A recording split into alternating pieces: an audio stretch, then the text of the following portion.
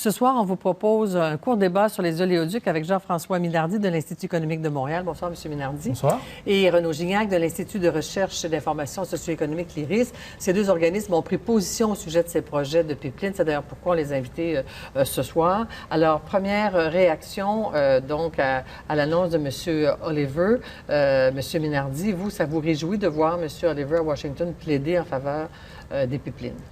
Ben, c'est clair qu'on a une production importante de pétrole dans l'Ouest. Il faut trouver un moyen pour accéder au marché.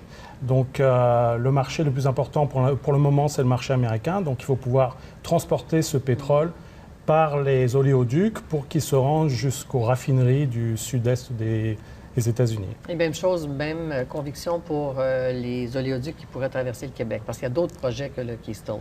Oui, également. Ce qu'il faut voir, c'est que les États-Unis produisent de plus en plus de pétrole. Donc, il faut trouver des routes alternatives. Et ces routes alternatives, c'est soit vers l'ouest, donc vers la Colombie-Britannique, ou soit vers l'est, donc ça passe par le Québec, et puis ça va jusqu'au Nouveau-Brunswick. Et donc, pour vous, à l'IRIS, c'est un... Mais en fait, c'est encourageant de voir le président Obama mentionner que Keystone XL n'irait de l'avant que s'il n'exacerbe pas de façon significative le problème des émissions de gaz à effet de serre, et pas seulement aux États-Unis, mais aussi au Canada, dans les sables bitumineux. On sait que les émissions des sables bitumineux sont en très grande croissance. On parle de plus de 300 depuis 1990. Donc, il est très hasardeux, disons, de s'avancer sur est-ce que vraiment le Keystone pourra aller de l'avant quand on sait que la méthode d'extraction des sables bitumineux, c'est une des plus polluantes au monde, sinon la plus polluante au monde. Donc, on voit mal comment là, on pourrait s'en sortir en prenant en compte la position du président Obama. Donc, pour vous, enfin, en stimulant la production des sables bitumineux grâce à des oléoducs, c'est une menace pour l'environnement?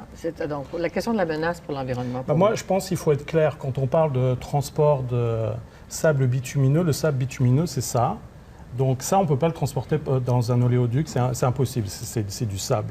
Donc ce qu'il faut voir, c'est que ce sable bitumineux est transformé dans des upgraders en Alberta et c'est transformé en pétrole synthétique qui ensuite arrive dans les raffineries de l'Est. Donc il ne faut pas penser que c'est les sables bitumineux qui vont être je l'ai échappé c'est lourd, vous voyez. Parce qu'en plus, il y a du café. C'est pas pour ça que je l'ai échappé. Donc pour vous, vous n'êtes pas inquiet sur le plan de l'environnement? Disons que si on compare le pétrole qui est importé de l'étranger pour le moment et le pétrole qui serait importé de l'Ouest, il y a une différence de 5 à 15 pour les gaz à émissions, pour les émissions de gaz à effet de serre. Et pour vous? Mon collègue vient de le dire, le pétrole des sables bitumineux est plus polluant que celui qui est importé d'ailleurs. D'ailleurs, selon un rapport de l'Institut Pembina de janvier dernier, l'oléoduc Keystone XL entraînerait une augmentation de la production des sables bitumineux de l'ordre de 36 %. Et ça implique l'équivalent de 6 nouvelles centrales au charbon. Donc, on parle de 22,4 mégatonnes de nouvelles émissions. Donc, si pour Obama, c'est clair que le projet ne va pas de l'avant, s'il exacerbe le problème des changements climatiques, on ne peut pas vraiment voir d'issue pour le projet. Mais l'annonce par M. Oliver ou d'Ottawa de dire à Obama, nous allons faire des concessions, nous allons respecter vos objectifs de réduction d'émissions de gaz à effet de serre. Est-ce que ça, c'est rassurant? En fait, il y a eu des réductions d'intensité d'émissions des gaz à effet de serre dans les sables bitumineux de ces dernières années. Donc, le nombre de tonnes de CO2 émis par baril, mais l'augmentation de la production a outrepassé et de loin. Moi, je pense qu'il faut souligner le fait qu'il y a des innovations importantes, que les émissions de gaz à effet de serre sont réduites, se sont réduites de manière considérable. Mais par baril, disait monsieur, assez... on considère que depuis les 20 dernières années, il y a environ 29 % de réduction entre 1990 et 2009. Donc, il ne faut pas noircir le tableau.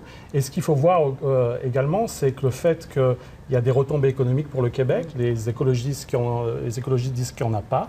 Or, c'est faux. Il y a toute la question des raffineries à Montréal qui sont dans une situation précaire et qui pourraient jouer sur la différence de prix entre le pétrole de l'Ouest et le pétrole du Brent qui est importé pour le moment. Alors, pour vous, la question économique, est-ce un argument important? Bon, pour les raffineries, d'abord, Du point de vue des raffineries, l'argument de faire venir du pétrole des sables bitumineux, c'est de pouvoir profiter d'une diversification des sources d'approvisionnement.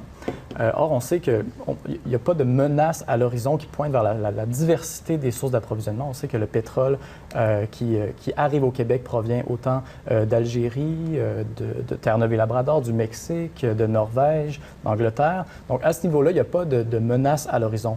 L'autre point qui est amené par les raffineries, c'est la différence de prix entre le pétrole du Edmonton Par et le Brent. Et ce qu'on sait, c'est que si le projet de l'Oléoduc, ligne 9B d'Enbridge, le renversement, donc qui amènerait 300 000 barils, de 300 000 barils de pétrole et sables bitumineux au Québec se faisait jusqu'à Montréal-Est, on sait que tout de suite suivrait un autre tronçon d'oléoduc qui amènerait cette fois-ci le pétrole jusqu'à Portland, au Maine, dans un port à eau profonde. Alors là, le pétrole et sables bitumineux touche le marché international et va tout de suite rejoindre le prix du Brent. Donc cet avantage-là concurrentiel va disparaître dès que le pétrole va toucher la mer. Et pour le consommateur, il n'y aura strictement aucune différence à la pompe. Bon, ce qu'il faut voir, c'est que cet écart, il y a eu un écart important depuis 2011 entre le prix de l'Ouest, le WTI et celui du Brent. En ce moment, on a un très bon exemple, il y a la crise en Syrie, donc le prix du Brent augmente. On peut se retrouver dans une crise comme celle de 1973.